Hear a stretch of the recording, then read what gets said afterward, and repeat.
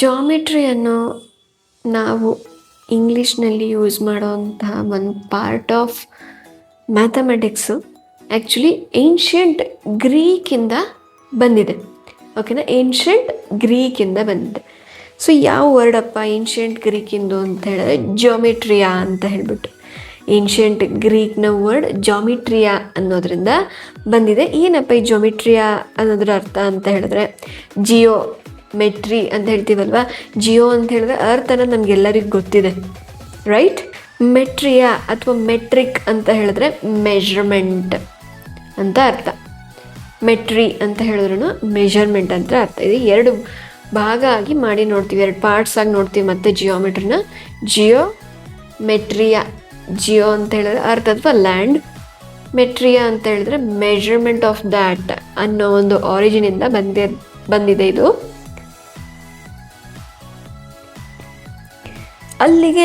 ಅಲ್ಲಿಗೆ ನಿಮಗೆ literal meaning ಏನಂತ ಅರ್ಥ ಆಯಿತು, ಮೆಜರ್ಮೆಂಟ್ ಆಫ್ ಅರ್ತ್ ಅಂತ ಆಯಿತು.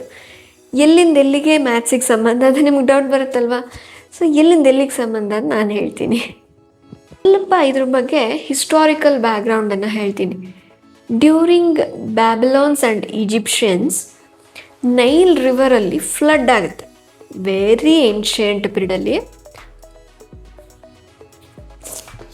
ಅವಾಗ ಏನಾಗುತ್ತೆ, ಈ ಸರ್ವೈವರ್ಸ್ ಇರ್ತಾರಲ್ಲ, ಸರ್ವೈವರ್ಸ್ ಅಂತ ಹೇಳಿದ್ರೆ ಫ್ಲಡ್ಡಿಗೆ ಒಳಪಡದೇ ಇರೋರು, ಪ್ರವಾಹಕ್ಕೆ ಒಳಪಡದೇ ಇರೋರು, ಕೊಚ್ಕೊಂಡು ಹೋಗದೆ ಬದುಕುಳಿದವರು, ಇನ್ನೂ ಕರೆಕ್ಟಾಗಿ ಹೇಳಿದ್ರೆ ಬದುಕುಳಿದವರು, ಅವ್ರು ಏನು ಮಾಡ್ತಾರೆ, ಪ್ರವಾಹ ಉಂಟಾಗಿ ನೀರು ತುಂಬದೆ ಎಷ್ಟು ಜಾಗ ಉಳಿದಿದೆ ಅನ್ನೋದನ್ನು ಮೆಷರ್ ಮಾಡಲಿಕ್ಕೋಸ್ಕರ ಇದೊಂದು ಟರ್ಮನ್ನು ಇಂಟ್ರೊಡ್ಯೂಸ್ ಮಾಡಿದ್ರು. ಒಂದು ಸ್ಮಾಲ್ ಹಿಸ್ಟಾರಿಕ್ ಬ್ಯಾಕ್ಗ್ರೌಂಡ್ ಇದೆ.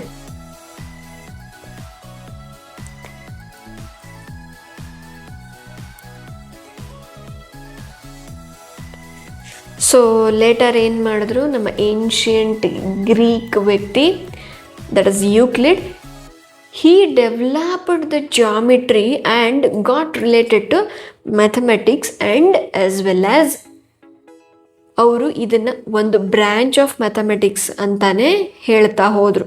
ಓಕೆ,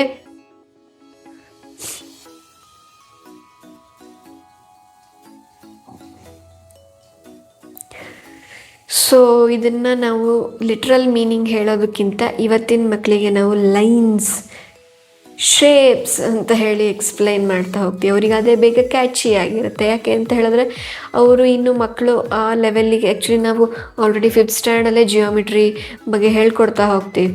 3rdಲ್ಲೇ ಬಂದಿರುತ್ತೆ ಆ್ಯಕ್ಚುಲಿ, ಲೈನ್ಸ್ ಬಗ್ಗೆ ಇಲ್ಲ. ಬಟ್ ನೀವು ಅದು ಜಾಮಿಟ್ರಿಗೆ ಸೇರಿದ ವಿಷಯ ನೀವು ಓದ್ತಾ ಇರೋದು ಅಂತ ಹೇಳಿದ್ರೆ ಅವ್ರಿಗೆ ಆ ಏಜಲ್ಲಿ ಅರ್ಥ ಆಗಲ್ಲ. They cannot imagine the earth. Okay, so ಹಾಗಾಗಿ ಆ ಥರ ಹೇಳೋಕ್ಕಾಗಲ್ಲ. ಸೊ ನೀವು ಡೆವಲಪ್ ಆಗ್ತಾ ನೀವು ಲಿಟ್ರಲ್ ಮೀನಿಂಗನ್ನು ತಿಳ್ಕೊಳ್ತಾ ಹೋಗಿ. ಈಗ ಅಂತ ಹೇಳಿದ್ರೆ ಸ್ಕೂಲ್ ಲೆವೆಲಲ್ಲಿ ನೀವು ತಿಳ್ಕೊಬೇಕಾಗಿರೋದೇನು, measuring of lines, line segments, angles, shapes, are studying deep about it ಅಂತ ಅಂದ್ಕೋಬೋದು. This is about the English word geometry. So ನಾವು ಕನ್ನಡದಲ್ಲಿ ಬಳಸುವಂತಹ ರೇಖಾ ಗಣಿತನ ನಾವು ಮತ್ತೆ 2 ಭಾಗಗಳಾಗಿ ವಿಭಾಗಿಸ್ಕೊತೀವಿ ಅಂತ ಹೇಳಿದ್ರೆ ರೇಖಾ ಪ್ಲಸ್ ಗಣಿತ. ರೇಖೆ ಅಂತ ಹೇಳಿದ್ರೆ ಸರಳ ಗೆರೆ,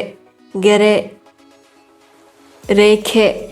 ಗಣಿತ ಅಂತ ಹೇಳಿದ್ರೆ ನಿಮಗೆ ಗೊತ್ತೇ ಇದೆ, ಅದೊಂದು ಶಾಸ್ತ್ರ ಅಂತ ಅರ್ಥ. ಅಂತ ಹೇಳಿದ್ರೆ ಒಂದು ಪ್ರಕ್ರಿಯೆ, ಅಳತೆ ಮಾಡುವಂತಹ ಅಥವಾ ಲೆಕ್ಕ ಮಾಡುವಂಥ ಒಂದು ಪ್ರಕ್ರಿಯೆ ಅಂತ ಹೇಳ್ಬೋದು. ಸೊ ಇದನ್ನು ನಾವು ಸಂಸ್ಕೃತದಿಂದ ತೊಗೊಂಡಿದ್ದೀವ, ಮತ್ತೊಂದರಿಂದ ತೊಗೊಂಡಿದ್ದೀವ ಅಂತ ಏನೂ ಹೇಳಲ್ಲ. ಇಟ್ಸ್ ಜಸ್ಟ್ ಅ ಟ್ರಾನ್ಸ್ಲೇಷನ್ ಅಂತ ಹೇಳ್ಬೋದು. ಓಕೆನಾ.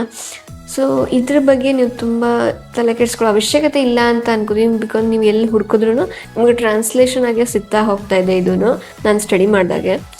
ಸೊ ಹಾಗಾಗಿ ನೀವು ಜಸ್ಟ್ ಆ ಪ್ರತ್ಯೇಕ ಪದಗಳ ಅರ್ಥವನ್ನು ತಿಳ್ಕೊಳ್ಳಿ. That's enough about Kannada word.